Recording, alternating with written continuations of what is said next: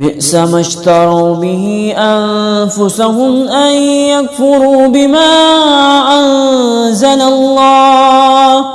أنزل الله بغيا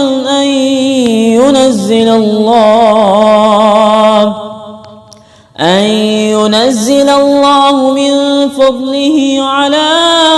من يشاء من عباده فباءوا بغضب على غضب وللكافرين عذاب مهين. وإذا قيل لهم آمنوا بما أنزل الله قالوا نؤمن بما أنزل علينا ويكفرون بما وراءه وهو الحق مصدقا لما معهم قل فلم تقتلون